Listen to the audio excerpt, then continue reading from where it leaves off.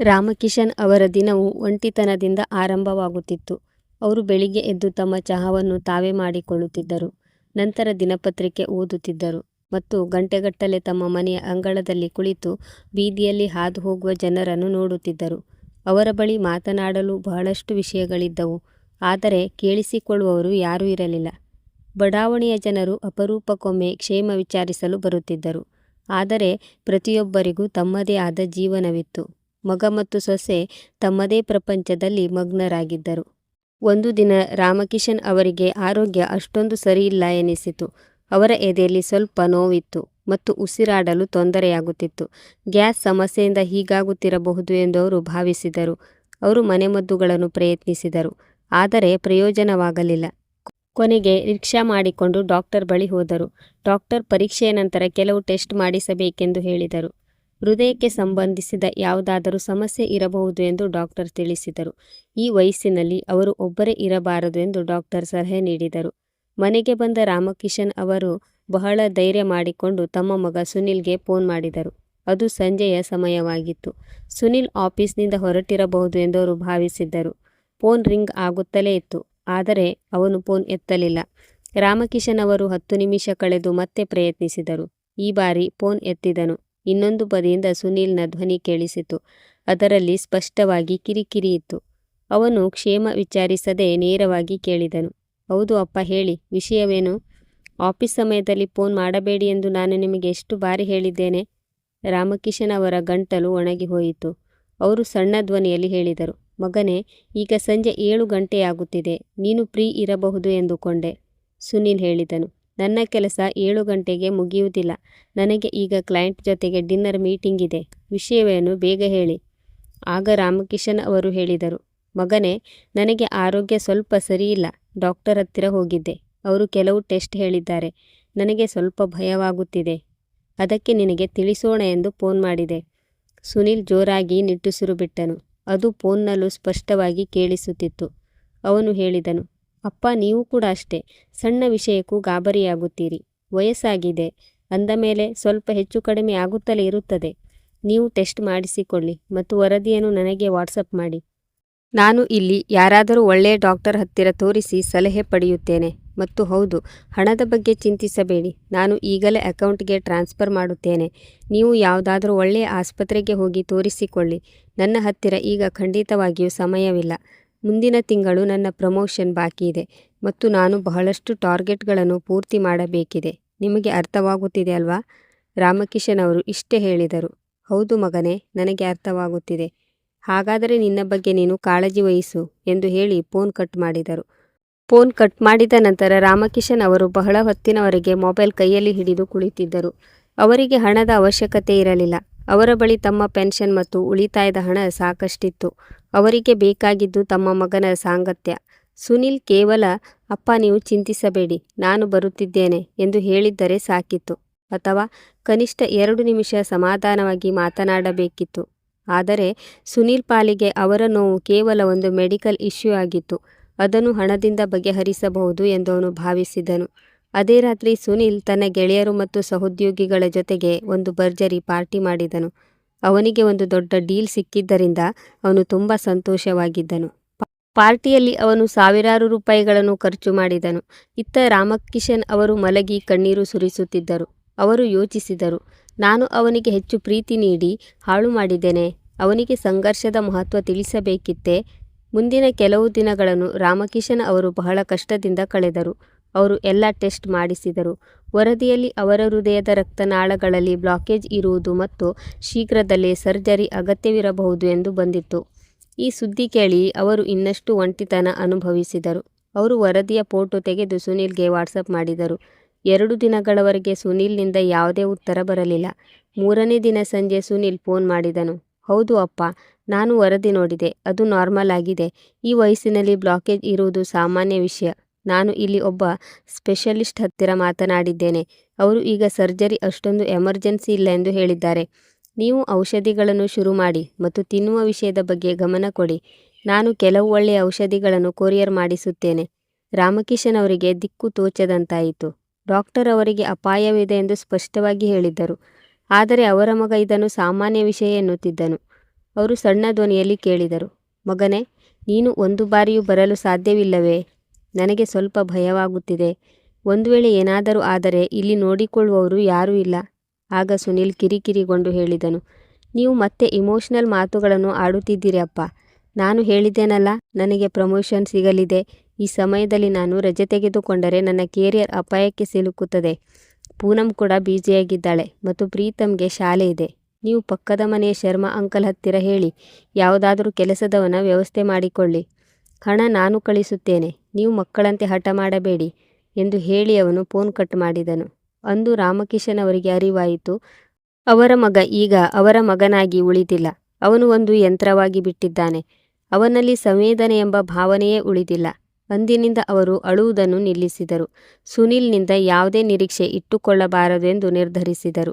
ಇತ್ತ ದೆಹಲಿಯಲ್ಲಿ ಸುನಿಲ್ ತನ್ನ ಯಶಸ್ಸಿನ ಅಮಲಿನಲ್ಲಿ ತೇಲುತ್ತಿದ್ದನು. ಅವನು ಪ್ರಪಂಚವನ್ನೇ ಗೆದ್ದಿದ್ದೇನೆಂದು ಭಾವಿಸಿದ್ದನು. ಅವನು ತನ್ನ ಕುಟುಂಬದ ಜೊತೆಗೆ ವಿದೇಶ ಪ್ರವಾಸಕ್ಕೆ ಪ್ಲಾನಿಂಗ್ ಮಾಡುತ್ತಿದ್ದನು. ತಾನು ಹಳೆಯ ಮನೆಯಲ್ಲಿ ಸಾಯಲು ಬಿಟ್ಟು ಬಂದ ತಂದೆಯ ಕಣ್ಣೀರಿನ ಲೆಕ್ಕಾಚಾರ ಶುರುವಾಗಿದೆ ಎಂಬ ಅರಿವು ಅವನಿಗೆ ಸ್ವಲ್ಪವೂ ಇರಲಿಲ್ಲ. ಇತ್ತ ರಾಮಕಿಶನ್ ಅವರು ತಮ್ಮ ದಿನಚರಿಯನ್ನು ಬದಲಿಸಿಕೊಂಡಿದ್ದರು. ಅವರು ಈಗ ಹೆಚ್ಚು ಸಮಯವನ್ನು ದೇವಸ್ಥಾನದಲ್ಲಿ ಕಳೆಯತೊಡಗಿದ್ದರು. ಅಲ್ಲಿನ ಶಾಂತಿ ಅವರಿಗೆ ಮನೆಯ ಮೌನಕ್ಕಿಂತ ಉತ್ತಮವಾಗಿ ಕಾಣುತ್ತಿತ್ತು. ಒಂದು ದಿನ ದೇವಸ್ಥಾನದ ಮೆಟ್ಟಿಲುಗಳ ಮೇಲೆ ಕುಳಿತಿದ್ದಾಗ ಅವರಿಗೆ ತಲೆ ಸುತ್ತುತ್ತಿತ್ತು. ಪಕ್ಕದಲ್ಲೇ ನಿಂತಿದ್ದ ಒಬ್ಬ ವ್ಯಕ್ತಿ ಅವರನ್ನು ಹಿಡಿದುಕೊಂಡನು.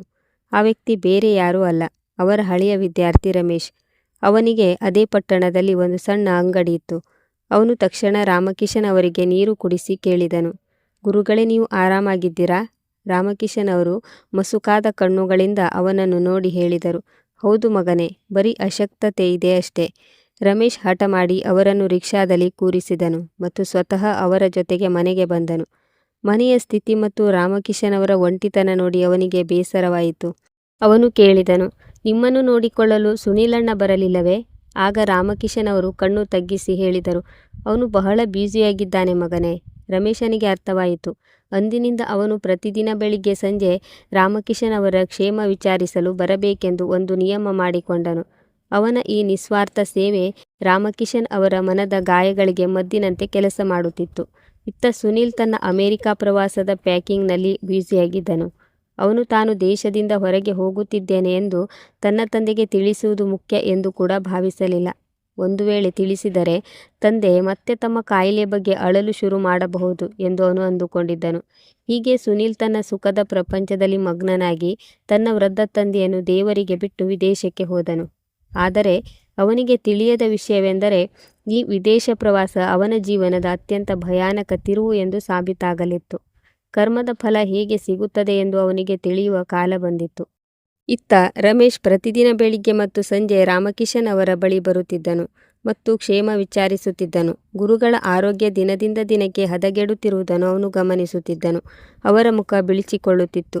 ಬನ್ನಿ, ಯಾವುದಾದರೂ ದೊಡ್ಡ ವೈದ್ಯರಿಗೆ ತೋರಿಸೋಣ ಎಂದು ರಮೇಶ್ ಹಲವು ಬಾರಿ ಹೇಳಿದನು. ಆದರೆ ರಾಮಕಿಶನ್ ಅವರು ಪ್ರತಿ ಬಾರಿ ಅದನ್ನು ತಳ್ಳಿ ಹಾಕುತ್ತಿದ್ದರು. ಅವರು ಹೇಳುತ್ತಿದ್ದರು, ಮಗನೇ, ಈಗ ಈ ಶರೀರವನ್ನು ಹೊರುವ ಮನಸ್ಸಿಲ್ಲ. ನಮ್ಮ ಸ್ವಂತ ರಕ್ತವೇ ದೂರವಾದ ಮೇಲೆ ಇನ್ನು ಈ ಉಸಿರಾಟಕ್ಕೆ ಏನು ತಾನೇ ಬೆಲೆ ಇದೆ? ರಮೇಶ್ ಅವರಿಗೆ ಸಮಾಧಾನಪಡಿಸುತ್ತಿದ್ದನು. ನೀವು ಹಾಗೆ ಯೋಚಿಸಬೇಡಿ, ದೇವರು ಎಲ್ಲವನ್ನೂ ನೋಡುತ್ತಿದ್ದಾನೆ ಎಂದನು. ಆದರೆ ರಾಮಕಿಶನ್ ಅವರ ನಿರಾಸೆ ಈಗ ಅವರ ಬದುಕುವ ಆಸೆಯನ್ನು ಕಿತ್ತುಕೊಂಡಿತು. ಮರುದಿನ ಸಂಜೆ ರಮೇಶ್ ರಾಮಕಿಶನ್ ಅವರನ್ನು ಭೇಟಿಯಾಗಲು ಬಂದಾಗ ಒಳಗಿನ ದೃಶ್ಯ ನೋಡಿ ಅವನ ಕೈ ಕಾಲುಗಳೇ ನಡುಗಿದವು. ಏಕೆಂದರೆ ರಾಮಕಿಶನ್ ಅವರು ನೆಲದ ಮೇಲೆ ಬಿದ್ದಿದ್ದರು. ಅವರ ಶರೀರ ಪೂರ್ತಿಯಾಗಿ ಬೆವರಿನಿಂದ ತೊಯ್ದು ಹೋಗಿತ್ತು. ರಮೇಶ್ ತಕ್ಷಣ ಅವರನ್ನು ಸಂಭಾಳಿಸಿದನು. ಅವರ ನಾಡಿಮಿಡಿತ ಬಹಳ ನಿಧಾನವಾಗಿ ಚಲಿಸುತ್ತಿರುವುದನ್ನು ಅವನು ಗಮನಿಸಿದನು. ಅವನು ಗಾಬರಿಯಲ್ಲಿ ಅಕ್ಕಪಕ್ಕ ನೋಡಿದನು. ಅವನಿಗೆ ಏನು ಮಾಡಬೇಕೆಂದು ತಿಳಿಯಲಿಲ್ಲ. ಅವನು ತಕ್ಷಣ ತನ್ನ ಜೇಬಿನಿಂದ ಫೋನ್ ತೆಗೆದು ಆಂಬ್ಯುಲೆನ್ಸ್ಗೆ ಕರೆ ಮಾಡಿದನು ಮತ್ತು ಅವರನ್ನು ಆಸ್ಪತ್ರೆಗೆ ಕರೆದುಕೊಂಡು ಹೋದನು. ದಾರಿಯುದ್ದಕ್ಕೂ ಅವನು ರಾಮಕಿಶನ್ ಅವರ ಕೈ ಹಿಡಿದುಕೊಂಡು ಹೇಳುತ್ತಿದ್ದನು, ಗುರುಗಳೇ, ಕಣ್ಣು ಬಿಡಿ, ನಾವು ಈಗ ಆಸ್ಪತ್ರೆಗೆ ತಲುಪಲಿದ್ದೇವೆ, ನಿಮಗೆ ಏನೂ ಆಗುವುದಿಲ್ಲ. ರಾಮಕಿಶನ್ ಅವರ ಕಣ್ಣುಗಳು ತೆರೆದಿದ್ದವು. ಆದರೆ ಅವುಗಳಲ್ಲಿನ ಗುರುತು ಮಾಯವಾಗುತ್ತಿತ್ತು. ಅವರು ಬರೀ ರಮೇಶನನ್ನು ನೋಡುತ್ತಿದ್ದರು. ಅವನಲ್ಲಿ ತಮ್ಮ ಮಗನನ್ನು ಹುಡುಕುತ್ತಿದ್ದರು. ಆಸ್ಪತ್ರೆಗೆ ತಲುಪಿದ ಮೇಲೆ ವೈದ್ಯರು ಅವರನ್ನು ತಕ್ಷಣ ಎಮರ್ಜೆನ್ಸಿಯಲ್ಲಿ ದಾಖಲಿಸಿದರು. ಅವರಿಗೆ ಹಾರ್ಟ್ ಅಟ್ಯಾಕ್ ಆಗಿದೆ ಮತ್ತು ತಕ್ಷಣ ಚಿಕಿತ್ಸೆ ಆರಂಭಿಸಬೇಕು ಎಂದು ವೈದ್ಯರು ಹೇಳಿದರು. ಆದರೆ ಖಾಸಗಿ ಆಸ್ಪತ್ರೆಗಳ ನಿಯಮದಂತೆ ಅವರು ಮೊದಲು ಫಾರ್ಮ್ ತುಂಬಿ ಹಣ ಜಮಾ ಮಾಡಲು ಹೇಳಿದರು. ರಿಸೆಪ್ಷನ್ನಲ್ಲಿ ಕುಳಿತಿದ್ದ ನರ್ಸ್ ರಮೇಶನಿಗೆ ಕೇಳಿದರು, ರೋಗಿಯ ಜೊತೆ ನಿಮ್ಮ ಸಂಬಂಧವೇನು? ರಮೇಶ್ ಒಂದು ಕ್ಷಣ ತಬ್ಬಿಬ್ಬಾದನು. ಏನು ಬರೆಯಲಿ? ಅವನು ಅವರ ಮಗನೂ ಆಗಿರಲಿಲ್ಲ ಮತ್ತು ಯಾವುದೇ ಸಂಬಂಧಿಕನೂ ಆಗಿರಲಿಲ್ಲ. ಆದರೆ ಆ ಕ್ಷಣದಲ್ಲಿ ಅವನು ಪೆನ್ನು ಎತ್ತಿ ಸಂಬಂಧ ಎಂಬ ಕಾಲಂನಲ್ಲಿ ಮಗ ಎಂದು ಬರೆದನು. ಅವನು ತನ್ನ ಜೇಬಿನಲ್ಲಿದ್ದ ಎಲ್ಲ ಹಣವನ್ನು ತೆಗೆದು ಜಮಾ ಮಾಡಿದನು. ಆ ಹಣವನ್ನು ಅವನು ಮುಂದಿನ ತಿಂಗಳ ಅಂಗಡಿಯ ಬಾಡಿಗೆ ಮತ್ತು ಸಾಮಾನುಗಳಿಗಾಗಿ ಇಟ್ಟಿದ್ದನು. ವೈದ್ಯರು ಚಿಕಿತ್ಸೆ ಆರಂಭಿಸಿದರು. ರಮೇಶ್ ಎಷ್ಟೋ ಬಾರಿ ಸುನಿಲ್ ಅವರಿಗೆ ಫೋನ್ ಮಾಡಿದನು. ವಾಟ್ಸಪ್ನಲ್ಲಿ ವಾಯ್ಸ್ ನೋಟ್ ಕೂಡ ಕಳುಹಿಸಿದನು. ಸುನಿಲಣ್ಣ, ನಿಮ್ಮ ತಂದೆಯ ಆರೋಗ್ಯ ಬಹಳ ಕೆಟ್ಟಿದೆ. ಅವರಿಗೆ ಹಾರ್ಟ್ ಅಟ್ಯಾಕ್ ಆಗಿದೆ. ದಯವಿಟ್ಟು ಫೋನ್ ಎತ್ತಿ ಎಂದು ಮೆಸೇಜ್ ಹಾಕಿದನು. ಆದರೆ ಆ ಮೆಸೇಜ್ ಮೇಲೆ ಬರೀ ಸಿಂಗಲ್ ಟಿಕ್ ಉಳಿಯಿತು. ಏಕೆಂದರೆ ಸುನಿಲ್ ತನ್ನದೇ ಪ್ರಪಂಚದಲ್ಲಿ ಮಗ್ನನಾಗಿದ್ದನು. ಅವನಿಗೆ ತನ್ನ ತಂದೆ ಸಾವು ಬದುಕಿನ ನಡುವೆ ಹೋರಾಡುತ್ತಿದ್ದಾರೆ ಮತ್ತು ಒಬ್ಬ ಅನಾಮಧೇಯ ಹುಡುಗ ಅವರ ಮಗನಾಗಿ ನಿಂತಿದ್ದಾನೆ ಎಂಬ ಅರಿವೇ ಇರಲಿಲ್ಲ. ರಾತ್ರಿ ಪೂರ್ತಿ ರಮೇಶ್ ಆಸ್ಪತ್ರೆಯ ಬೆಂಚ್ ಮೇಲೆ ಕುಳಿತಿದ್ದನು. ಅವನ ಕಣ್ಣಲ್ಲಿ ನಿದ್ರೆ ಇರಲಿಲ್ಲ. ಅವನು ಬರೀ ICU ಬಾಗಿಲಿನ ಕಡೆಗೆ ನೋಡುತ್ತಿದ್ದನು. ಬೆಳಿಗ್ಗೆ ವೈದ್ಯರು ಹೊರಗೆ ಬಂದರು. ಅವರು ರಮೇಶನಿಗೆ ಹೇಳಿದರು, ಈಗ ಅವರು ಪ್ರಾಣಾಪಾಯದಿಂದ ಪಾರಾಗಿದ್ದಾರೆ. ಆದರೆ ಕನಿಷ್ಠ 1 ವಾರ ಆಸ್ಪತ್ರೆಯಲ್ಲಿ ಇರಬೇಕಾಗುತ್ತದೆ. ಇದನ್ನು ಕೇಳಿ ರಮೇಶ್ ನೆಮ್ಮದಿಯ ಉಸಿರು ಬಿಟ್ಟನು. ಅವನ ಕಣ್ಣಲ್ಲಿ ಸಂತೋಷದ ಕಣ್ಣೀರು ಬಂದಿತು. ಮುಂದಿನ 2 ದಿನಗಳವರೆಗೆ ರಾಮಕಿಶನ್ ಅವರು ICUನಲ್ಲೇ ಇದ್ದರು. ಅವರಿಗೆ ಪ್ರಜ್ಞೆ ಬಂದಾಗ ಅವರು ಮೊದಲು ನೋಡಿದ್ದು ತಮ್ಮ ಪಕ್ಕದಲ್ಲಿದ್ದ ರಮೇಶನನ್ನು. ಅವರ ಕಣ್ಣುಗಳಲ್ಲಿ ಪ್ರಶ್ನೆಗಳಿದ್ದವು. ರಮೇಶ್ ಮೆಲ್ಲನೆ ಹೇಳಿದನು, ಗುರುಗಳೇ, ಈಗ ನೀವು ಆರಾಮಾಗಿದ್ದೀರಾ, ಬೇಗ ಮನೆಗೆ ಹೋಗಬಹುದು ಎಂದು ವೈದ್ಯರು ಹೇಳಿದ್ದಾರೆ. ರಾಮಕಿಶನ್ ಅವರು ಅಶಕ್ತ ಧ್ವನಿಯಲ್ಲಿ ಕೇಳಿದರು, ಸುನಿಲ್ ಬಂದ್ನಾ? ರಮೇಶನ ಬಳಿ ಈ ಪ್ರಶ್ನೆಗೆ ಉತ್ತರವಿಲ್ಲದ ಕಾರಣ ಸುಳ್ಳು ಹೇಳುವುದು ಬೇಡ ಎಂದು ತಲೆ ತಗ್ಗಿಸಿ ಹೇಳಿದನು. ಅವರ ಫೋನ್ ಸಂಪರ್ಕಕ್ಕೆ ಸಿಗುತ್ತಿಲ್ಲ. ಬಹುಶಃ ನೆಟ್ವರ್ಕ್ ಇಲ್ಲದಿರಬಹುದು. ರಾಮಕಿಶನ್ ಅವರು ಕಣ್ಣು ಮುಚ್ಚಿಕೊಂಡರು. ಆ ಕಣ್ಣಿನ ಅಂಚಿನಿಂದ ಒಂದು ಹನಿ ಕಣ್ಣೀರು ಜಾರಿ ಅವರ ಕಿವಿಯ ಹತ್ತಿರ ಸೇರಿ ಹೋಯಿತು. ಆ ಕಣ್ಣೀರಿನಲ್ಲಿದ್ದ ನೋವು ಬಹುಶಃ ಆ ಹಾರ್ಟ್ ಅಟ್ಯಾಕ್ನ ನೋವಿಗಿಂತಲೂ ಬಹಳ ಆಳವಾಗಿತ್ತು. ಸುಮಾರು 10 ದಿನಗಳ ನಂತರ ಸುನಿಲ್ ಮತ್ತು ಪೂನಂ ಭಾರತಕ್ಕೆ ಮರಳಿದರು. ಏರ್ಪೋರ್ಟ್ನಲ್ಲಿ ಇಳಿಯುತ್ತಲೇ ಸುನಿಲ್ ಫೋನ್ ಆನ್ ಮಾಡಿದನು. ಫೋನ್ ನೆಟ್ವರ್ಕ್ಗೆ ಬರುತ್ತಲೇ ಮಿಸ್ಡ್ ಕಾಲ್ಗಳ ಮಹಾಪೂರವೇ ಹರಿಯಿತು. ಸುನಿಲ್ ಕಿರಿಕಿರಿಯಿಂದ ಫೋನ್ ನೋಡಿದನು. ರಮೇಶನಿಂದ 50ಕ್ಕೂ ಹೆಚ್ಚು ಮಿಸ್ಡ್ ಕಾಲ್ಗಳು ಮತ್ತು 10 ಮೆಸೇಜ್ಗಳಿದ್ದವು. ಅವನು ಅಂದುಕೊಂಡನು, ಖಂಡಿತ ಅಪ್ಪ ಮತ್ತೆ ಯಾವುದೋ ನಾಟಕ ಶುರು ಮಾಡಿದ್ದಾರೆ. ಅವನು ನಿರ್ಲಕ್ಷ್ಯದಿಂದ ವಾಟ್ಸಪ್ ತೆರೆದು ರಮೇಶ್ ಕಳುಹಿಸಿದ ವಾಯ್ಸ್ ನೋಟ್ ಕೇಳಿದನು. ಸುನಿಲಣ್ಣ, ನಿಮ್ಮ ತಂದೆಗೆ ಹಾರ್ಟ್ ಅಟ್ಯಾಕ್ ಬಂದಿದೆ. ಅವರು ಆಸ್ಪತ್ರೆಯಲ್ಲಿದ್ದಾರೆ. ಇದನ್ನು ಕೇಳುತ್ತಲೇ ಸುನಿಲ್ ಪಾದಗಳ ಕೆಳಗಿನ ಭೂಮಿ ಕುಸಿದಂತಾಯಿತು. ಒಂದು ಕ್ಷಣ ತಾನು ತಪ್ಪು ಕೇಳಿಸಿಕೊಂಡೇನೇನೋ ಎಂದು ಅನಿಸಿತು. ಆದರೆ ಉಳಿದ ಮೆಸೇಜ್ಗಳನ್ನು ಓದಿದಾಗ ಪರಿಸ್ಥಿತಿಯ ಗಂಭೀರತೆ ಅವನಿಗೆ ಅರ್ಥವಾಯಿತು. ಆದರೆ ಆಶ್ಚರ್ಯದ ವಿಷಯವೆಂದರೆ ಅವನ ಮನಸ್ಸಿನಲ್ಲಿ ದುಃಖಕ್ಕಿಂತ ಹೆಚ್ಚಾಗಿ ಕೋಪವೇ ಬಂದಿತ್ತು. ಅವನ ಕೋಪಕ್ಕೆ ಕಾರಣವೇನೆಂದರೆ ಅವನ ಇಷ್ಟು ಅದ್ಭುತವಾದ ಟ್ರಿಪ್ ಇಂತಹ ಕೆಟ್ಟ ಸುದ್ದಿಯೊಂದಿಗೆ ಮುಕ್ತಾಯವಾಯಿತು ಎಂಬುದು. ಅವನು ಪೂನಂಗೆ ತಂದೆ ಆಸ್ಪತ್ರೆಯಲ್ಲಿದ್ದಾರೆ ಎಂದು ತಿಳಿಸಿದಾಗ ಅವಳು ಮುಖ ಸೊಟ್ಟಗೆ ಮಾಡಿಕೊಂಡು ಹೇಳಿದಳು, ಓಹ್, ಈಗ ನಾವು ಹಳ್ಳಿಗೆ ಹೋಗಬೇಕಾ? ಈಗಷ್ಟೇ ಸುಸ್ತಾಗಿ ಬಂದಿದ್ದೇವೆ. ನಾಳೆ ಆಫೀಸ್ ಕೂಡ ಜಾಯ್ನ್ ಆಗಬೇಕು. ಸುನಿಲ್ ಹೇಳಿದನು, ಹೋಗಲೇಬೇಕು. ಇಲ್ಲದಿದ್ದರೆ ಸಂಬಂಧಿಕರು ಮಾತನಾಡಿಕೊಳ್ಳುತ್ತಾರೆ. ಸಮಾಜದಲ್ಲಿ ನಮ್ಮ ಗೌರವ ಹೋಗುತ್ತದೆ. ಸುನಿಲ್ ಅದೇ ಕ್ಷಣದಲ್ಲಿ ಹಳ್ಳಿಗೆ ಹೋಗಲು ಕ್ಯಾಬ್ ಬುಕ್ ಮಾಡಿದನು. ಸುನಿಲ್ ಆಸ್ಪತ್ರೆಗೆ ತಲುಪಿ ICU ಪ್ರವೇಶಿಸಿದಾಗ ತನ್ನ ತಂದೆ ಹಾಸಿಗೆಯ ಮೇಲೆ ಮಲಗಿರುವುದನ್ನು ಮತ್ತು ರಮೇಶ್ ಅವರ ಪಕ್ಕದಲ್ಲಿ ಕುಳಿತು ಸೇಬು ಹಣ್ಣು ತಿನ್ನಿಸುತ್ತಿರುವುದನ್ನು ಕಂಡನು. ಈ ದೃಶ್ಯ ನೋಡಿ ಸುನಿಲ್ನಿಗೆ ಒಂದು ವಿಚಿತ್ರ ಹೊಟ್ಟೆ ಕಿಚ್ಚು ಉಂಟಾಯಿತು. ಈ ಅನ್ಯ ವ್ಯಕ್ತಿ ತನ್ನ ತಂದೆಯ ಇಷ್ಟು ಹತ್ತಿರ ಏಕೆ ಇದ್ದಾನೆ ಎಂದು ಅನಿಸಿತು. ಅವನು ರಮೇಶ್ನನ್ನು ಕಠೋರವಾಗಿ ನೋಡಿದನು. ಅಂದರೆ, ಈಗ ನಾನು ಬಂದಿದ್ದೇನೆ, ನೀನು ಹೋಗಬಹುದು ಎಂಬಂತೆ. ರಮೇಶ್ ಸುನೀಲ್ನನ್ನು ನೋಡಿ ಸಮಾಧಾನದ ನಿಟ್ಟುಸಿರು ಬಿಟ್ಟನು. ಅವನು ಎದ್ದು ನಿಂತು ಹೇಳಿದನು, ಅಣ್ಣ, ನೀವು ಬಂದ್ರಲ್ಲ, ಡಾಕ್ಟರ್ ಈಗ ರೌಂಡ್ಸ್ಗೆ ಬರುತ್ತಾರೆ. ಸುನಿಲ್ ರಮೇಶ್ನಿಗೆ ಧನ್ಯವಾದ ಹೇಳುವುದು ಹಾಗಿರಲಿ, ಅವನ ಜೊತೆ ಸರಿಯಾಗಿ ಮಾತನಾಡಲೂ ಇಲ್ಲ. ಅವನು ತಂದೆಯ ಹತ್ತಿರ ಹೋಗಿ ಔಪಚಾರಿಕವಾಗಿ ಕೇಳಿದನು, ಈಗ ಹೇಗಿದ್ದೀರಾ ಎಂದನು. ರಾಮಕಿಶನ್ ಅವರು ಕಣ್ಣು ಬಿಟ್ಟು ಮಗನನ್ನು ನೋಡಿದರು. ಅವರ ಕಣ್ಣುಗಳಲ್ಲಿ ಮೊದಲು ಇರುತ್ತಿದ್ದ ಆ ಮಿಂಚು ಇರಲಿಲ್ಲ. ಅವರು ಯಾವುದೇ ಉತ್ತರ ನೀಡಲಿಲ್ಲ, ಸುಮ್ಮನೆ ನೋಡುತ್ತಿದ್ದರು. ಸುನಿಲ್ಗೆ ಆ ಮೌನ ಚುಚ್ಚತೊಡಗಿತು. ಅವನು ಅಂದುಕೊಂಡನು, ನಾನು ಇಷ್ಟು ದೂರದಿಂದ ಬಂದಿದ್ದೇನೆ, ಇವರು ಮಾತನಾಡುತ್ತಲೇ ಇಲ್ಲ. ಅವನು ವೈದ್ಯರನ್ನು ಭೇಟಿ ಮಾಡುವ ನೆಪದಲ್ಲಿ ಅಲ್ಲಿಂದ ಹೊರಬಂದನು. ಹೊರಬಂದ ಸುನಿಲ್ ಕೆಲವು ನೋಟುಗಳನ್ನು ತೆಗೆದು ರಮೇಶನ ಕಡೆಗೆ ನೀಡಿದನು. ಇದು ನಿನ್ನ ಬರುವ ಹೋಗುವ ಖರ್ಚು ವೆಚ್ಚಗಳಿಗಾಗಿ ಮತ್ತು ನೀನು ಮಾಡಿದ್ದಕ್ಕೆ. ರಮೇಶ್ ಆ ಹಣವನ್ನು ನೋಡಿ ಕೈ ಮುಗಿದು ಹೇಳಿದನು, ಅಣ್ಣ, ನಾನು ಇದನ್ನೆಲ್ಲ ಹಣಕ್ಕಾಗಿ ಮಾಡಿಲ್ಲ. ಗುರುಗಳು ನನಗೆ ಗುರುಗಳು ಮತ್ತು ತಂದೆಯ ಸಮಾನ. ಅವರ ಋಣವನ್ನು ನಾನು ಹಣದಿಂದ ತೀರಿಸಲು ಸಾಧ್ಯವಿಲ್ಲ. ಈ ಹಣ ನಿಮ್ಮಲ್ಲೇ ಇರಲಿ ಮತ್ತು ನೀವು ಅವರ ಕಾಳಜಿ ವಹಿಸಿ. ಇಷ್ಟು ಹೇಳಿ ರಮೇಶ್ ಅಲ್ಲಿಂದ ಹೊರಟು ಹೋದನು. ಸುನೀಲ್ ಕೈಯಲ್ಲಿ ನೋಟುಗಳನ್ನು ಹಿಡಿದು ಹಾಗೆಯೇ ನಿಂತು ಹೋದನು. ಅವನ ಹಣ ಎಲ್ಲ ಕಡೆ ನಡೆಯುವುದಿಲ್ಲ ಎಂದು ಅವನಿಗೆ ಮೊದಲ ಬಾರಿಗೆ ಅರಿವಾಯಿತು. ಅವನು ವೈದ್ಯರ ಜೊತೆ ಮಾತನಾಡಿ ನಿರ್ಧರಿಸಿದನು. ತಂದೆ ಡಿಸ್ಚಾರ್ಜ್ ಆದ ಕೂಡಲೇ ಅವರನ್ನು ಮನೆಯಲ್ಲಿ ಬಿಟ್ಟು ದೆಹಲಿಗೆ ಮರಳಬೇಕು. ತಾನು ಬಂದಿದ್ದೇನೆ ಮತ್ತು ಬಿಲ್ ಕಟ್ಟಿದ್ದೇನೆ ಅಂದ ಮೇಲೆ ತನ್ನ ಜವಾಬ್ದಾರಿ ಮುಗಿಯಿತು ಎಂದು ಅವನು ಭಾವಿಸಿದನು. ಅವನ ಪ್ರಕಾರ ಅದೇ ಸೇವೆ. ಸ್ವಲ್ಪ ಸಮಯದ ನಂತರ ವೈದ್ಯರು ರೌಂಡ್ಸ್ಗೆ ಬಂದಾಗ ಸುನೀಲ್ ತಕ್ಷಣ ಎದ್ದು ನಿಂತು ವೈದ್ಯರ ಹತ್ತಿರ ಕೇಳಿದನು, ಡಾಕ್ಟರ್, ನಾವು ಇವರನ್ನು ಡಿಸ್ಚಾರ್ಜ್ ಮಾಡಬಹುದೇ? ವಾಸ್ತವವಾಗಿ ನಾನು ದೆಹಲಿಗೆ ಮರಳಬೇಕಾಗಿದೆ. ಅಲ್ಲಿ ಬಹಳ ಮುಖ್ಯವಾದ ಮೀಟಿಂಗ್ ಇದೆ. ಹಾಗಾಗಿ ನಾನು ಇಲ್ಲಿ ಜಾಸ್ತಿ ದಿನ ಇರಲು ಸಾಧ್ಯವಿಲ್ಲ. ವೈದ್ಯರು ತಮ್ಮ ಕನ್ನಡಕದ ಮೇಲಿನಿಂದ ಸುನೀಲ್ನನ್ನು ನೋಡಿದರು. ಅವರ ಕಣ್ಣಲ್ಲಿ ಒಂದು ವಿಚಿತ್ರ ಭಾವವಿತ್ತು. ಅವರು ಹೇಳಿದರು, ಮಿಸ್ಟರ್ ಸುನೀಲ್, ನಿಮ್ಮ ತಂದೆಗೆ ಈಗ ಬಹಳ ವಿಶ್ರಾಂತಿ ಮತ್ತು ಕಾಳಜಿಯ ಅವಶ್ಯಕತೆ ಇದೆ. ಅವರಿಗೆ ಹಾರ್ಟ್ ಅಟ್ಯಾಕ್ ಬಂದಿತ್ತು. ಇನ್ನು ಕನಿಷ್ಠ 3-4 ದಿನ ಅಬ್ಸರ್ವೇಷನ್ನಲ್ಲಿ ಇಡುವುದು ಒಳ್ಳೆಯದು. ಆದರೆ ನೀವು ಮನೆಯಲ್ಲಿ ಪೂರ್ಣ ಮೆಡಿಕಲ್ ಸೌಲಭ್ಯ ಮತ್ತು 24 ಗಂಟೆ ನರ್ಸ್ ವ್ಯವಸ್ಥೆ ಮಾಡಿದರೆ ನಾವು ನಾಳೆ ಡಿಸ್ಚಾರ್ಜ್ ಮಾಡಬಹುದು. ಸುನೀಲ್ ಮುಖದಲ್ಲಿ ಸಂತೋಷ ಮೂಡಿತು. ಅವನು ತಕ್ಷಣ ಹೇಳಿದನು, ಹೌದು ವೈದ್ಯರೇ, ಹಣದ ಚಿಂತೆಯಲ್ಲ. ನೀವು ಬೆಸ್ಟ್ ನರ್ಸ್ ವ್ಯವಸ್ಥೆ ಮಾಡಿ. ನಾನು ಪೇಮೆಂಟ್ ಮಾಡುತ್ತೇನೆ. ನನ್ನನ್ನು ನಾಳೆಯೊಳಗೆ ಫ್ರೀ ಮಾಡಿಬಿಡಿ. ವೈದ್ಯರು ರಾಮಕಿಶನ್ ಅವರ ಕಡೆ ನೋಡಿದರು. ಅವರು ಮೌನವಾಗಿ ಮಗನ ಗಡಿಬಿಡಿಯನ್ನು ನೋಡುತ್ತಿದ್ದರು. ಅವರ ಕಣ್ಣಲ್ಲಿ ದುಃಖವಿರಲಿಲ್ಲ, ಬದಲಾಗಿ ಒಂದು ಸ್ವೀಕೃತಿ ಇತ್ತು. ಅಂದರೆ, ನಾನು ಈಗ ನನ್ನ ಮಗನಿಗೆ ಕೇವಲ ಒಂದು ಜವಾಬ್ದಾರಿಯಾಗಿದ್ದೇನೆ. ನನ್ನ ಮಗ ಈಗ ಆ ಜವಾಬ್ದಾರಿಯಿಂದ ಆದಷ್ಟು ಬೇಗ ಪಾರಾಗಲು ಬಯಸುತ್ತಿದ್ದಾನೆ ಎಂಬುದು ಅವರಿಗೆ ಅರ್ಥವಾಗಿತ್ತು. ವೈದ್ಯರು ನಿಟ್ಟುಸಿರು ಬಿಟ್ಟು ಹೇಳಿದರು, ಸರಿ, ನಾಳೆ ಬೆಳಿಗ್ಗೆ ನಾವು ಡಿಸ್ಚಾರ್ಜ್ ಮಾಡುತ್ತೇವೆ. ಆದರೆ ನೆನಪಿಡಿ, ಅವರಿಗೆ ಯಾವುದೇ ರೀತಿಯ ಮಾನಸಿಕ ಒತ್ತಡ ಉಂಟಾಗಬಾರದು. ಸುನೀಲ್ ನಗುತ್ತಾ ಹೇಳಿದನು, ಅರೆ ಡಾಕ್ಟರ್, ಒತ್ತಡ ಯಾವುದಕ್ಕೆ ಇರುತ್ತದೆ? ನಾನು ಬಂದಿದ್ದೇನೆ, ಎಲ್ಲವನ್ನೂ ನಿಭಾಯಿಸುತ್ತೇನೆ. ಮರುದಿನ ಬೆಳಿಗ್ಗೆ ರಾಮಕಿಶನ್ ಅವರಿಗೆ ಆಸ್ಪತ್ರೆಯಿಂದ ಡಿಸ್ಚಾರ್ಜ್ ಸಿಕ್ಕಿತ್ತು. ಸುನೀಲ್ ತನ್ನ ತಂದೆಯನ್ನು ಮನೆಗೆ ಕರೆದೊಯ್ಯಲು ಕಾರನ್ನು ತರಿಸಿದನು. ಅವರು ಆಸ್ಪತ್ರೆಯಿಂದ ಹೊರಬಂದಾಗ ರಮೇಶ್ ಗೇಟ್ ಬಳಿಯೇ ನಿಂತಿದ್ದನು. ಅವನ ಕೈಯಲ್ಲಿ ಕೆಲವು ಹಣ್ಣುಗಳಿದ್ದವು. ಸುನೀಲ್ ಅವನನ್ನು ನೋಡಿದಾಗ ಕೋಪಗೊಂಡನು. ಈ ಹುಡುಗ ಮತ್ತೆ ಸಹಾನುಭೂತಿ ಗಳಿಸಲು ಬಂದಿದ್ದಾನೆ ಎಂದು ಅವನಿಗೆ ಅನಿಸಿತು.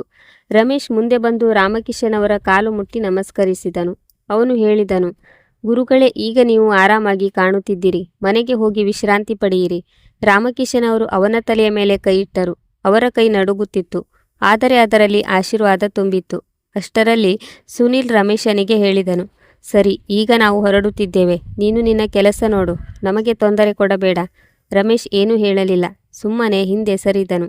ಕಾರು ಹಳೆಯ ಬಡಾವಣೆಯ ಗಲ್ಲಿಗಳಿಗೆ ಪ್ರವೇಶಿಸಿದಾಗ ಸುನೀಲ್ ಮೂಗು ಮುರಿದನು. ಅಲ್ಲಲ್ಲಿ ಇದ್ದ ಕಸದ ರಾಶಿ ಮತ್ತು ತೆರೆದ ಚರಂಡಿಯ ವಾಸನೆಯನ್ನು ಅವನಿಗೆ ಸಹಿಸಲಾಗುತ್ತಿರಲಿಲ್ಲ. ಅವನು ಡ್ರೈವರ್ಗೆ ಕಾರಿನ ಗಾಜುಗಳನ್ನು ಏರಿಸಲು ಹೇಳಿದನು. ರಾಮಕಿಶನ್ ಅವರು ಕಿಟಕಿಯಿಂದ ಹೊರಗೆ ನೋಡುತ್ತಿದ್ದರು. ಈ ಗಲ್ಲಿಗಳು ಅವರದ್ದೇ ಆಗಿದ್ದವು.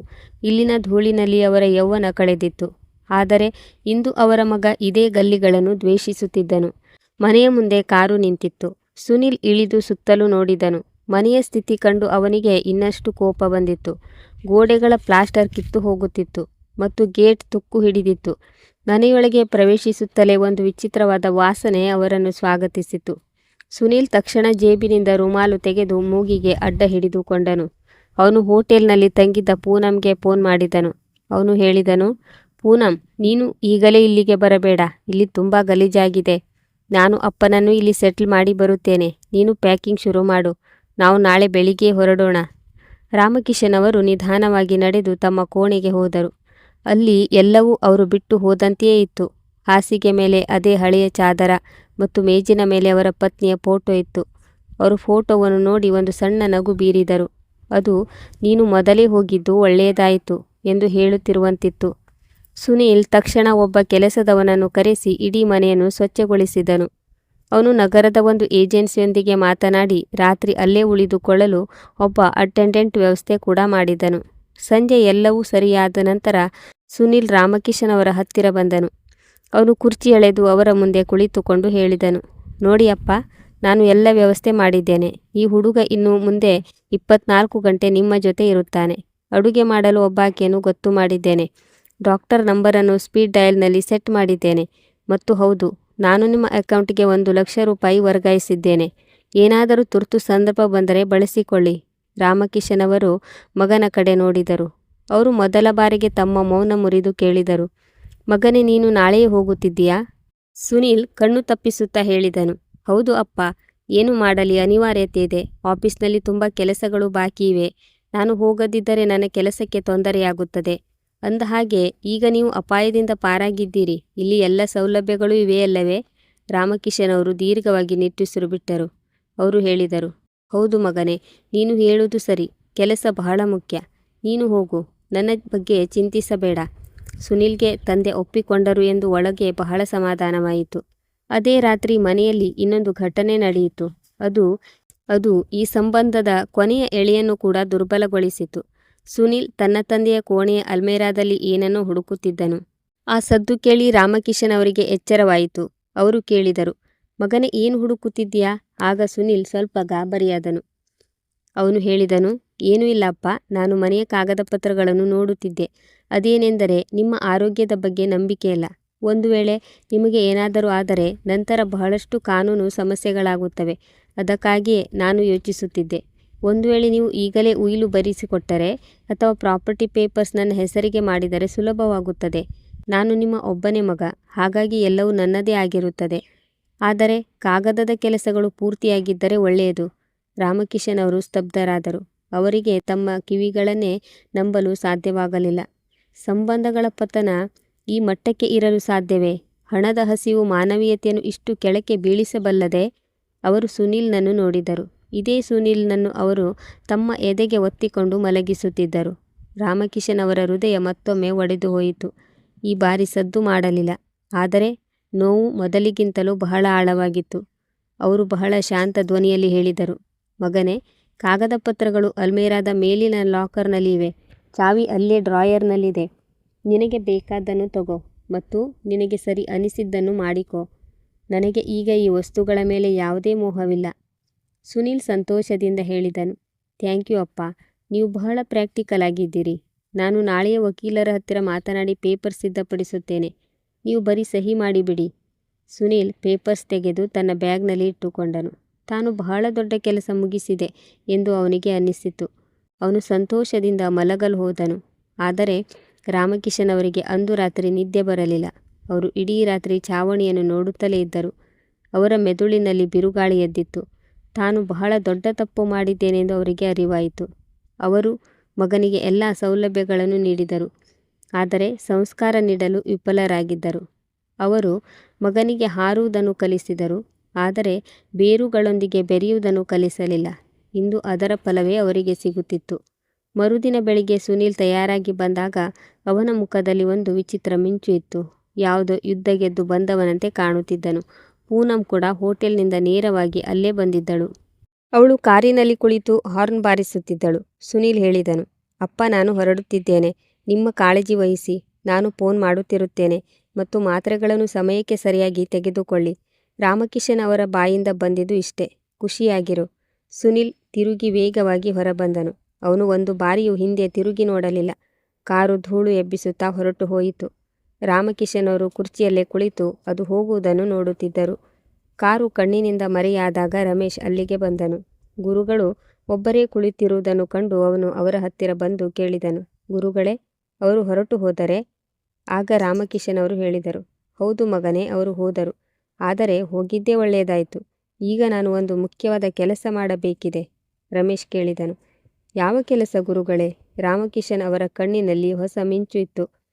ಅವರು ಹೇಳಿದರು, ರಮೇಶ್, ನನ್ನನ್ನು ವಕೀಲರ ಬಳಿ ಕರೆದುಕೊಂಡು ಹೋಗು. ನಾನು ನನ್ನ ಉಯಿಲನ್ನು ಬದಲಿಸಬೇಕಿದೆ. ರಮೇಶ್ ಆಶ್ಚರ್ಯಚಕಿತನಾದನು. ಅವನು ಹೇಳಿದನು, ಆದರೆ ಗುರುಗಳೇ, ಈಗಷ್ಟೇ ನೀವು ಆಸ್ಪತ್ರೆಯಿಂದ ಬಂದಿದ್ದೀರಿ. ಈಗ ವಿಶ್ರಾಂತಿ ಪಡೆಯಿರಿ. ಇವೆಲ್ಲ ಆಮೇಲೆ ಮಾಡೋಣ. ರಾಮಕಿಶನ್ ಅವರು ಹೇಳಿದರು, ಬೇಡ ಮಗನೇ, ಇನ್ನೂ ತಡ ಮಾಡುವುದು ಬೇಡ. ಇಷ್ಟು ವರ್ಷಗಳಲ್ಲಿ ನಾನು ಮಾಡಿದ ತಪ್ಪನ್ನು ಸರಿಪಡಿಸುವ ಕಾಲ ಬಂದಿದೆ. ಬಹುಶಃ ನನ್ನ ಬಳಿ ಹೆಚ್ಚು ಸಮಯ ಉಳಿದಿಲ್ಲ. ನನ್ನ ಕರ್ಮಗಳ ಲೆಕ್ಕಾಚಾರವನ್ನು ನಾನು ಸರಿಪಡಿಸಬೇಕು. ಅಂದು ಮಧ್ಯಾಹ್ನ ರಾಮಕಿಶನ್ ಅವರು ಇಟ್ಟ ಹೆಜ್ಜೆ ಅವರ ಮಗನಿಗೂ ಕೂಡ ಕೇಳಿಸುವಂತಿತ್ತು. ಅವರು ನಗರದಾದ್ಯಂತ ಪ್ರಸಿದ್ಧ ವಕೀಲರನ್ನು ತಮ್ಮ ಮನೆಗೆ ಕರೆಸಿದರು. ರಮೇಶನಿಗೆ ಗುರುಗಳು ಏನು ಮಾಡುತ್ತಿದ್ದಾರೆ ಎಂದು ತಿಳಿಯಲಿಲ್ಲ. ಸಂಜೆ ವಕೀಲರು ಹೋಗುವಾಗ ಹೇಳಿದರು, ನೀವು ಚಿಂತಿಸಬೇಡಿ, ನಾಳೆಯೇ ಎಲ್ಲ ಪೇಪರ್ಸ್ ರೆಡಿ ಮಾಡಿ ರಿಜಿಸ್ಟರ್ ಮಾಡಿಸುತ್ತೇನೆ. ಅದಾದ ನಂತರ ಪ್ರಪಂಚದ ಯಾವುದೇ ಶಕ್ತಿ ಕೂಡ ನಿಮ್ಮ ನಿರ್ಧಾರವನ್ನು ಪ್ರಶ್ನಿಸಲು ಸಾಧ್ಯವಿಲ್ಲ. ರಾಮಕಿಶನ್ ಅವರು ಕೈ ಮುಗಿದು ವಂದಿಸಿದರು. ವಕೀಲರು ಹೋದ ನಂತರ ರಾಮಕಿಶನ್ ಅವರ ಮುಖದಲ್ಲಿ ಒಂದು ವಿಚಿತ್ರವಾದ ನೆಮ್ಮದಿ ಇತ್ತು. ಅಂತಹ ನೆಮ್ಮದಿಯನ್ನು ಅವರು ಕಳೆದ ಹಲವು ವರ್ಷಗಳಲ್ಲಿ ಅನುಭವಿಸಿರಲಿಲ್ಲ. ಇತ್ತ ದೆಹಲಿಯ ಹಾದಿಯಲ್ಲಿ ಸುನಿಲ್ ಬಹಳ ಸಂತೋಷವಾಗಿದ್ದನು. ಅವನು ಪೂನಂಗೆ ಹೇಳುತ್ತಿದ್ದನು, ನೋಡಿದ್ಯಾ, ಅಪ್ಪ ಒಪ್ಪಿಕೊಳ್ಳುತ್ತಾರೆ ಎಂದು ನಾನು ಹೇಳಿರಲಿಲ್ಲವೇ? ಈಗ ಈ ಪ್ರಾಪರ್ಟಿ ಕೂಡ ನಮ್ಮದಾಗುತ್ತದೆ. ನಾವು ಅದನ್ನು ಮಾರಿ ಒಂದು ಶಾಪಿಂಗ್ ಕಾಂಪ್ಲೆಕ್ಸ್ ಕೂಡ ಕಟ್ಟಿಸಬಹುದು. ಪೂನಂ ಕೂಡ ಖುಷಿಯಾಗಿದ್ದಳು. ಅವಳು ಹೇಳಿದಳು, ಹೌದು, ಇದು ಒಳ್ಳೆಯ ಐಡಿಯಾ. ಅಂದ ಹಾಗೆ ಅಲ್ಲಿ ಯಾರು ಇರಲು ಹೋಗುತ್ತಾರೆ? ನೀನು ಸಮಯಕ್ಕೆ ಸರಿಯಾಗಿ ಮಾತನಾಡಿದ್ದು ಒಳ್ಳೆಯದಾಯಿತು. ದಂಪತಿಗಳಿಬ್ಬರು ತಮ್ಮದೇ ಪ್ರಪಂಚದಲ್ಲಿ ಮಗ್ನರಾಗಿದ್ದರು. ಅವರಿಗೆ ತಮ್ಮ ತಂದೆಯ ದಾಳವನ್ನು ಉಲ್ಟಾ ಮಾಡಿದ್ದಾರೆಂಬ ಕಲ್ಪನೆಯೂ ಇರಲಿಲ್ಲ. ಯಾರನ್ನು ಅವರು ಒಬ್ಬ ಅಸಹಾಯಕ ವೃದ್ಧ ಎಂದು ಭಾವಿಸಿದ್ದರೋ ಆ ವ್ಯಕ್ತಿ ತನ್ನ ಜೀವನದ ಅತ್ಯಂತ ದೊಡ್ಡ ನಡೆಯನ್ನು ಇಟ್ಟಿದ್ದನು. ಮುಂದಿನ ಕೆಲವು ದಿನಗಳಲ್ಲಿ ರಾಮಕಿಶನ್ ಅವರ ಆರೋಗ್ಯದಲ್ಲಿ ವೇಗವಾಗಿ ಚೇತರಿಕೆ ಕಂಡುಬಂದಿತ್ತು. ಬಹುಶಃ ಮನಸ್ಸಿನ ಹೊರೆ ಹಗುರವಾದಾಗ ಶರೀರ ಕೂಡ ಸಾಥ್ ನೀಡತೊಡಗುತ್ತದೆ. ಇತ್ತ ಸುನಿಲ್ ಬಹಳ ಸಂತೋಷವಾಗಿದ್ದನು. ಅವನ ಬಳಿ ಮನೆಯ ಹಳೆಯ ಕಾಗದ ಪತ್ರಗಳಿದ್ದವು ಮತ್ತು ತಂದೆಯ ಮೌಖಿಕ ಒಪ್ಪಿಗೆಯೂ ಇತ್ತು. ಅವನು ತನ್ನ ಸ್ನೇಹಿತರು ಮತ್ತು ಏಜೆಂಟ್ರ ಜೊತೆ ಮಾತನಾಡಲು ಶುರು ಮಾಡಿದ್ದನು. ಹೇಗೆ ಆ ಹಳೆಯ ಬಂಗಲೆಯನ್ನು ಒಳ್ಳೆಯ ಬೆಲೆಗೆ ಮಾರಬಹುದು ಎಂದು ಚರ್ಚಿಸುತ್ತಿದ್ದನು. ಪೂನಂ ಕೂಡ ಒಂದು ದೊಡ್ಡ ಜವಾಬ್ದಾರಿ ತಲೆಯಿಂದ ಇಳಿಯಿತು ಎಂದು ಖುಷಿಯಾಗಿದ್ದಳು. ಅವರಿಬ್ಬರು ವೀಕೆಂಡ್ನಲ್ಲಿ ಸ್ನೇಹಿತರ ಜೊತೆ ಪಾರ್ಟಿ ಮಾಡುತ್ತಾ ಬರಲಿರುವ ಹಣದ ಕನಸು ಕಾಣುತ್ತಿದ್ದರು. ಇತ್ತ ರಾಮಕಿಶನ್ ಅವರು ಮೊದಲಿಗಿಂತ ಹೆಚ್ಚು ಶಾಂತವಾಗಿ ಮತ್ತು ಸಂತೋಷವಾಗಿ ಕಾಣುತ್ತಿದ್ದರು. ಸುನಿಲ್ ಬರುವ ಮೊದಲು ಅವರ ಮುಖದಲ್ಲಿದ್ದ ಆ ಚಿಂತೆಯ ಗೆರೆಗಳು ಈಗ ಇರಲಿಲ್ಲ. ರಮೇಶ್ ಈಗಲೂ ಅವರ ಸಂಪೂರ್ಣ ಕಾಳಜಿ ವಹಿಸುತ್ತಿದ್ದನು. ಸಂಜೆ ರಮೇಶ್ ತನ್ನ ಅಂಗಡಿ ಮುಚ್ಚಿ ಬಂದಾಗ ಇಬ್ಬರು ಅಂಗಳದಲ್ಲಿ ಕುಳಿತು ಚಹಾ ಕುಡಿಯುತ್ತಾ ಮಾತನಾಡುತ್ತಿದ್ದರು. ಸುಮಾರು 1 ತಿಂಗಳ ನಂತರ ಸುನಿಲ್ ಆಫೀಸ್ಗೆ ಒಂದು ಕೊರಿಯರ್ ಬಂದಿತ್ತು. ಸುನಿಲ್ ತನ್ನ ಕ್ಯಾಬಿನ್ನಲ್ಲಿ ಕುಳಿತು ಪ್ರೆಸೆಂಟೇಷನ್ ಸಿದ್ಧಪಡಿಸುತ್ತಿದ್ದನು. ಅಟೆಂಡೆಂಟ್ ಬಂದು ಒಂದು ಹಳದಿ ಲಕೋಟೆಯನ್ನು ಅವನ ಟೇಬಲ್ ಮೇಲೆ ಇಟ್ಟನು. ಸುನಿಲ್ ಅದನ್ನು ನೋಡದೆಯೇ ಪಕ್ಕಕ್ಕೆ ಇಟ್ಟನು. ಯಾವುದೋ ನೋಟಿಸ್ ಅಥವಾ ಕ್ರೆಡಿಟ್ ಕಾರ್ಡ್ ಬಿಲ್ ಇರಬಹುದು ಎಂದು ಅವನು ಭಾವಿಸಿದ್ದನು. ಮಧ್ಯಾಹ್ನ ಊಟದ ನಂತರ ಅವನು ಫ್ರೀ ಆದಾಗ ಆ ಲಕೋಟೆಯ ಮೇಲೆ ಅವನ ದೃಷ್ಟಿ ಬಿತ್ತು. ಅದರ ಮೇಲೆ ಕಳುಹಿಸಿದವರ ಹೆಸರು ನೋಡಿ ಅವನು ಬೆಚ್ಚಿಬಿದ್ದನು. ಅದರ ಮೇಲೆ ಸಬ್ ರಿಜಿಸ್ಟ್ರಾರ್ ಆಫೀಸ್ ಸುಲ್ತಾನ್ಪುರ್ ಎಂದು ಬರೆಯಲಾಗಿತ್ತು. ಸುನಿಲ್ನ ಎದೆಯಲ್ಲಿ ನಡುಕ ಶುರುವಾಯಿತು. ಅವನು ಲಕೋಟೆ ತೆರೆದನು. ಒಳಗಿನಿಂದ ಹೊರಬಂದ ಕಾಗದವನ್ನು ಓದುತ್ತಲೇ ಸುನಿಲ್ ಪಾದಗಳ ಕೆಳಗಿನ ಭೂಮಿ ಕುಸಿದಂತಾಯಿತು. ಇದು ಸಾಮಾನ್ಯ ಕಾಗದವಾಗಿರಲಿಲ್ಲ. ಇದು ಒಂದು ಕಾನೂನು ನೋಟಿಸ್ ಆಗಿತ್ತು. ಇದರಲ್ಲಿ ರಾಮಕಿಶನ್ ಅವರು ತಮ್ಮ ಉಯಿಲನ್ನು ಬದಲಿಸಿದ್ದಾರೆ ಎಂದು ಸ್ಪಷ್ಟವಾದ ಪದಗಳಲ್ಲಿ ಬರೆಯಲಾಗಿತ್ತು. ಜೊತೆಗೆ ಇದನ್ನು ಕೂಡ ಬರೆಯಲಾಗಿತ್ತು, ಆ ಮನೆ ಅಥವಾ ಯಾವುದೇ ಆಸ್ತಿಯ ಮೇಲೆ ಸುನಿಲ್ನಿಗೆ ಯಾವುದೇ ಕಾನೂನು ಹಕ್ಕಿಲ್ಲ ಎಂದು. ನೋಟಿಸ್ ಕೆಳಗೆ ರಾಮಕಿಶನ್ ಅವರ ಸಹಿ ಇತ್ತು ಮತ್ತು ಸಾಕ್ಷಿಯಾಗಿ ರಮೇಶನ ಹೆಸರಿತ್ತು. ಸುನಿಲ್ಗೆ ತನ್ನ ಕಣ್ಣುಗಳನ್ನೇ ನಂಬಲು ಸಾಧ್ಯವಾಗಲಿಲ್ಲ. ಅವನು ಆ ಕಾಗದವನ್ನು 2 ಬಾರಿ ಓದಿದನು. ಇದೊಂದು ತಮಾಷೆ ಎಂದು ಅವನಿಗೆ ಅನ್ನಿಸಿತು. ಅವನು ತಕ್ಷಣ ತನ್ನ ವಕೀಲರಿಗೆ ಫೋನ್ ಮಾಡಿದನು. ವಕೀಲರು ನೋಟಿಸ್ ಪ್ರತಿಯನ್ನು ವಾಟ್ಸಪ್ನಲ್ಲಿ ತರಿಸಿಕೊಂಡು ಓದಿ ಹೇಳಿದರು, ಇದು ನಿಜವಾದ ಮತ್ತು ಕಾನೂನುಬದ್ಧವಾದ ನೋಟಿಸ್ ಆಗಿದೆ. ನಿಮ್ಮ ತಂದೆ ತಮ್ಮ ಆಸ್ತಿಯ ಹೊಸ ರಿಜಿಸ್ಟ್ರೇಷನ್ ಮಾಡಿಸಿದ್ದಾರೆ ಮತ್ತು ಹಳೆಯ ಎಲ್ಲ ಹಕ್ಕುಗಳನ್ನು ರದ್ದುಗೊಳಿಸಿದ್ದಾರೆ. ಸೀನಿಯರ್ ಸಿಟಿಜನ್ ಆ್ಯಕ್ಟ್ ಅಡಿಯಲ್ಲಿ ಅವರಿಗೆ ಈ ಸಂಪೂರ್ಣ ಹಕ್ಕಿದೆ ಮತ್ತು ಇದನ್ನು ಕೋರ್ಟ್ನಲ್ಲಿ ಪ್ರಶ್ನಿಸುವುದು ಬಹಳ ಕಷ್ಟ ಎಂದು ವಕೀಲರು ತಿಳಿಸಿದರು. ಸುನಿಲ್ ಕೋಪದಿಂದ ಕೆಂಪಾದನು. ಅವನು ಫೋನ್ ಕಟ್ ಮಾಡಿದನು. ಅವನ ಬಾಯಿಂದ ಕೆಟ್ಟ ಮಾತುಗಳು ಬಂದವು. ಆ ಮುದಿ ಮನುಷ್ಯ ನನ್ನ ಜೊತೆ ಆಟವಾಡಿದ್ದಾನೆ, ಅದು ಆ 2 ಕಾಸಿನ ಅಂಗಡಿಯವ ರಮೇಶನ ಜೊತೆ ಸೇರಿಕೊಂಡು. ಸುನಿಲ್ ತಕ್ಷಣ ಪೂನಂಗೆ ಫೋನ್ ಮಾಡಿದನು. ಪೂನಂ ಆಫೀಸ್ನಲ್ಲಿದ್ದಳು. ಅವಳು ಈ ವಿಷಯ ಕೇಳಿ ಸ್ತಬ್ಧಳಾದಳು. ಅವಳ ಮೊದಲ ಪ್ರತಿಕ್ರಿಯೆ ಏನೆಂದರೆ, ಖಂಡಿತ ಆ ರಮೇಶನೇ ಅಪ್ಪನ ತಲೆ ಕೆಡಿಸಿರಬೇಕು. ವಯಸ್ಸಾದ ಮೇಲೆ ಮೆದುಳು ದುರ್ಬಲವಾಗುತ್ತದೆ ಮತ್ತು ಜನರು ಇಮೋಷನಲ್ ಆಗಿ ಇಂತಹ ನಿರ್ಧಾರಗಳನ್ನು ತೆಗೆದುಕೊಳ್ಳುತ್ತಾರೆ. ಆ ಮನೆ ಬೇರೆಯವರ ಹೆಸರಿಗೆ ಮಾಡುವ ಮೊದಲು ನಾವು ಸುಲ್ತಾನ್ಪುರಕ್ಕೆ ಹೋಗಿ ಅವರನ್ನು ತಡೆಯಬೇಕು ಎಂದು ಅವಳು ಹೇಳಿದಳು. ಸುನಿಲ್ ಹೇಳಿದನು, ನೋಟಿಸ್ ಪ್ರಕಾರ ಅವರು ಈಗಾಗಲೇ ಮಾಡಿದ್ದಾರೆ, ಆದರೆ ನಾನು ಹೀಗೆ ಸೋಲೊಪ್ಪುವುದಿಲ್ಲ. ಆ ಮನೆಯ ಮೇಲೆ ನನ್ನ ಸಂಪೂರ್ಣ ಹಕ್ಕಿದೆ. ನಾನು ಆ ರಮೇಶನನ್ನು ಸುಮ್ಮನೆ ಬಿಡುವುದಿಲ್ಲ. ಸುನಿಲ್ ಆಫೀಸ್ನಿಂದ ಎಮರ್ಜೆನ್ಸಿ ರಜೆ ತೆಗೆದುಕೊಂಡನು ಮತ್ತು ತನ್ನ ಕಾರು ತೆಗೆದನು. ಅವನು ಕೋಪದಲ್ಲಿ ಎಷ್ಟು ಹುಚ್ಚನಾಗಿದ್ದನೆಂದರೆ ಅವನಿಗೆ ಟ್ರಾಫಿಕ್ ಅಥವಾ ಸಿಗ್ನಲ್ ಅರಿವೇ ಇರಲಿಲ್ಲ. ಅವನು ಪದೇ ಪದೇ ರಾಮಕಿಶನ್ ಅವರಿಗೆ ಫೋನ್ ಮಾಡುತ್ತಿದ್ದನು, ಆದರೆ ರಾಮಕಿಶನ್ ಅವರು ತಮ್ಮ ಫೋನ್ ಸ್ವಿಚ್ ಆಫ್ ಮಾಡಿದ್ದರು. ಈ ವಿಷಯ ಅವನ ಎದೆಯನ್ನು ಇನ್ನಷ್ಟು ಸುಡುತ್ತಿತ್ತು. ಅವನ ತಂದೆ ಬೇಕೆಂದೇ ತನ್ನನ್ನು ನಿರ್ಲಕ್ಷಿಸುತ್ತಿದ್ದಾರೆ ಎಂದು ಅವನಿಗೆ ಅನ್ನಿಸಿತು. ದಾರಿಯುದ್ದಕ್ಕೂ ಅವನು ರಮೇಶನಿಗೆ ಹೇಗೆ ಪಾಠ ಕಲಿಸಬೇಕು ಮತ್ತು ತಂದೆಯಿಂದ ಹೇಗೆ ಬಲವಂತವಾಗಿ ಪೇಪರ್ಸ್ ಮೇಲೆ ಸಹಿ ಮಾಡಿಸಬೇಕು ಎಂದು ಯೋಚಿಸುತ್ತಿದ್ದನು. ತನ್ನ ಶಕ್ತಿ ಮತ್ತು ಹಣದ ಮೇಲೆ ಅವನಿಗೆ ಎಂತಹ ನಂಬಿಕೆ ಇತ್ತೆಂದರೆ ಅವನು ಎಲ್ಲವನ್ನೂ ಮ್ಯಾನೇಜ್ ಮಾಡಬಲ್ಲೆ ಎಂದು ಅಂದುಕೊಂಡಿದ್ದನು. ರಾತ್ರಿ 8 ಗಂಟೆಗೆ ಸುನಿಲ್ ಕಾರು ಮನೆಯ ಮುಂದೆ ಬಂದು ನಿಂತಿತ್ತು. ಅವನು ಕಾರಿನ ಬಾಗಿಲನ್ನು ಜೋರಾಗಿ ಮುಚ್ಚಿ ಗೇಟ್ ಕಡೆಗೆ ಸಾಗಿದನು. ಗೇಟ್ ಒಳಗಿನಿಂದ ಬಂದಾಗಿತ್ತು. ಅವನು ಜೋರಾಗಿ ಗೇಟ್ ಬಡಿಯಲು ಶುರು ಮಾಡಿದನು. ಅಪ್ಪ, ಬಾಗಿಲು ತೆರೆಯಿರಿ, ನೀವು ಒಳಗಿದ್ದೀರಿ ಎಂದು ನನಗೆ ಗೊತ್ತು. ರಮೇಶ್ ಆ ಸಮಯದಲ್ಲಿ ಅಡುಗೆ ಮನೆಯಲ್ಲಿ ಊಟ ಮಾಡುತ್ತಿದ್ದನು. ಶಬ್ದ ಕೇಳಿ ಹೊರಬಂದನು. ಅವನು ಗೇಟ್ ತೆರೆಯುತ್ತಿದ್ದಂತೆಯೇ ಸುನಿಲ್ ಅವನನ್ನು ತಳ್ಳಿದನು. ರಮೇಶ್ ತತ್ತರಿಸಿ ಹಿಂದೆ ಬಿದ್ದನು. ಸುನಿಲ್ ನೇರವಾಗಿ ಅಂಗಳಕ್ಕೆ ನುಗ್ಗಿದನು. ರಾಮಕಿಶನ್ ಅವರು ತಮ್ಮ ಆರಾಮ್ ಕುರ್ಚಿಯಲ್ಲಿ ಕುಳಿತು ರಾಮಾಯಣ ಓದುತ್ತಿದ್ದರು. ಸುನಿಲ್ನನ್ನು ಕಂಡು ಅವರು ತಮ್ಮ ಕಣ್ಣುಗಳನ್ನು ಮೇಲೆತ್ತಿದರು. ಅವರ ಕಣ್ಣಿನಲ್ಲಿ ಭಯವಾಗಲಿ ಅಥವಾ ಗಾಬರಿಯಾಗಲಿ ಇರಲಿಲ್ಲ. ಅವರು ಸಂಪೂರ್ಣ ಶಾಂತವಾಗಿದ್ದರು. ಈ ಬಿರುಗಾಳಿ ಬರಲಿದೆ ಎಂದು ಅವರಿಗೆ ಮೊದಲೇ ತಿಳಿದಂತಿತ್ತು. ಸುನಿಲ್ ಅವರ ಮುಂದೆ ನಿಂತು ಜೋರಾಗಿ ಕಿರುಚಿದನು. ಇದೆಲ್ಲ ಏನು ಅಪ್ಪ? ನೀವು ಆ ನೋಟಿಸ್ ಏಕೆ ಕಳುಹಿಸಿದ್ದೀರಿ? ಮತ್ತು ಇದೆಲ್ಲವನ್ನು ಯಾರ ಮಾತು ಕೇಳಿ ಮಾಡಿದ್ರಿ? ಈ 2 ಕಾಸಿನ ಮನುಷ್ಯನ ಮಾತನ್ನ? ಅವನು ರಮೇಶನ ಕಡೆಗೆ ಬೆರಳು ತೋರಿಸಿದನು. ಆಗ ರಾಮಕಿಶನ್ ಅವರು ಹೇಳಿದರು, ಧ್ವನಿ ತಗ್ಗಿಸು ಸುನಿಲ್, ಇದು ನಿನ್ನ ಆಫೀಸ್ ಅಲ್ಲ, ನನ್ನ ಮನೆ. ಮತ್ತು ಹೌದು, ಆ ನೋಟಿಸ್ ನಾನೇ ಕಳುಹಿಸಿದ್ದು.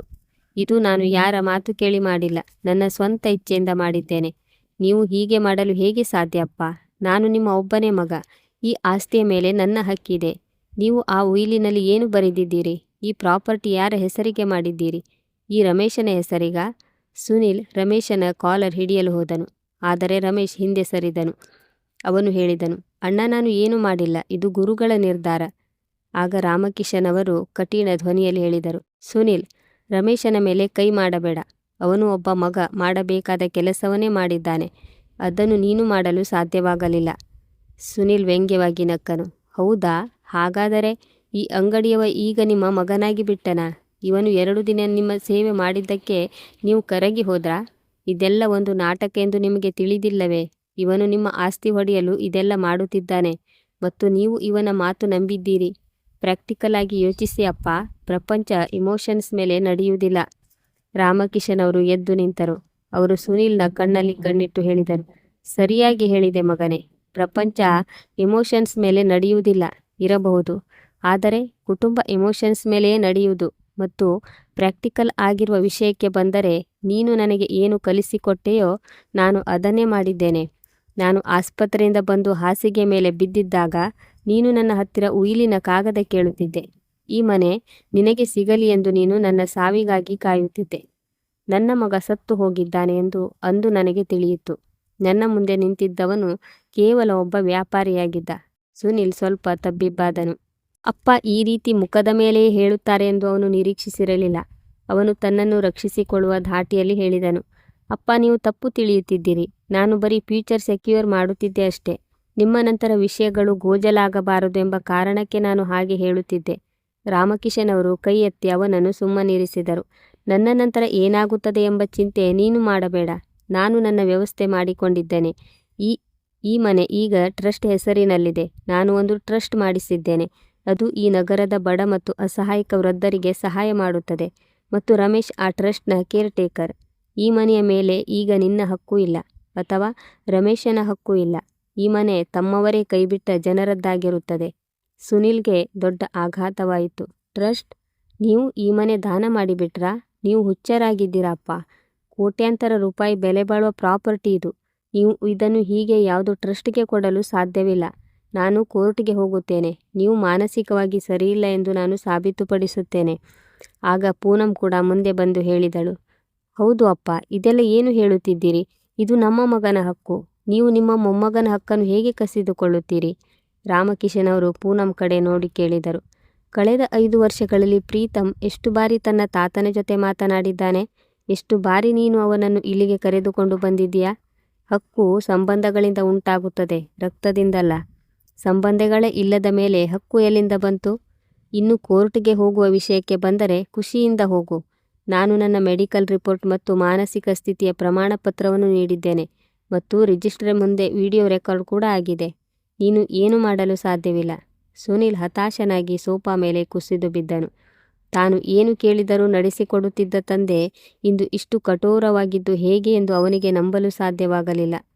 ಅವನ ಅಹಂಕಾರ ಚೂರು ಚೂರಾಗುತ್ತಿತ್ತು. ಅವನು ಕೊನೆಯ ದಾಳ ಉರುಳಿಸಿದನು. ತನ್ನ ಧ್ವನಿಯನ್ನು ಮೃದುಗೊಳಿಸಿ ಹೇಳಿದನು, ಅಪ್ಪ, ನನ್ನಿಂದ ತಪ್ಪಾಯಿತು ಬಿಡಿ. ನಾನು ಕೆಲಸದಲ್ಲಿ ಬ್ಯುಸಿಯಾಗಿದ್ದೆ, ಹಾಗಾಗಿ ಗಮನ ಕೊಡಲು ಸಾಧ್ಯವಾಗಲಿಲ್ಲ. ಆದರೆ ಅದರ ಅರ್ಥ ನೀವು ನನ್ನನ್ನು ಹೊರಹಾಕಬೇಕು ಎಂದಲ್ಲವಲ್ಲ.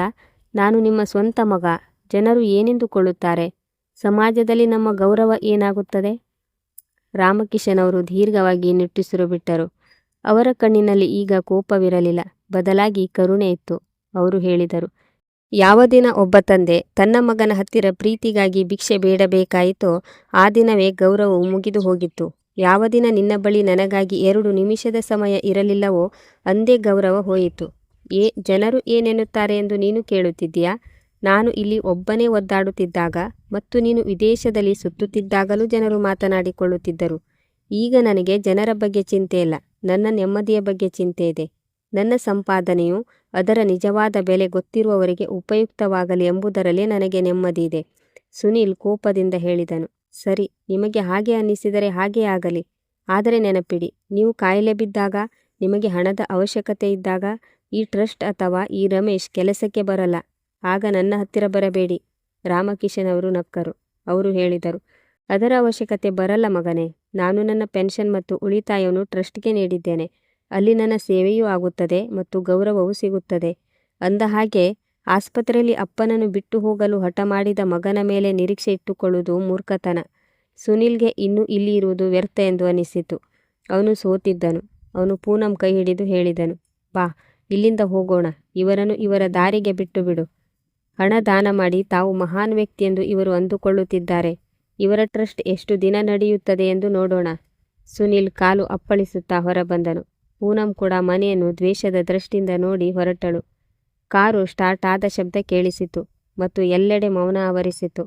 ರಾಮಕಿಶನ್ ಅವರು ತಮ್ಮ ಜಾಗದಲ್ಲೇ ನಿಂತಿದ್ದರು. ರಮೇಶ್ ಅವರ ಹತ್ತಿರ ಬಂದು ಕೇಳಿದನು, ಗುರುಗಳೇ, ನೀವು ಆರಾಮಾಗಿದ್ದೀರಾ? ಆಗ ರಾಮಕಿಶನ್ ಅವರು ರಮೇಶ್ನನ್ನು ನೋಡಿದರು. ಅವರ ಕಣ್ಣುಗಳಿಂದ ನೀರು ಸುರಿಯತೊಡಗಿತು. ಇವು ದುಃಖದ ಕಣ್ಣೀರಲ್ಲ, ಬದಲಾಗಿ ಹಲವು ವರ್ಷಗಳಿಂದ ಹೊತ್ತಿದ್ದ ಹೊರೆ ಇಳಿದಿದ್ದಕ್ಕೆ ಬಂದ ಕಣ್ಣೀರು.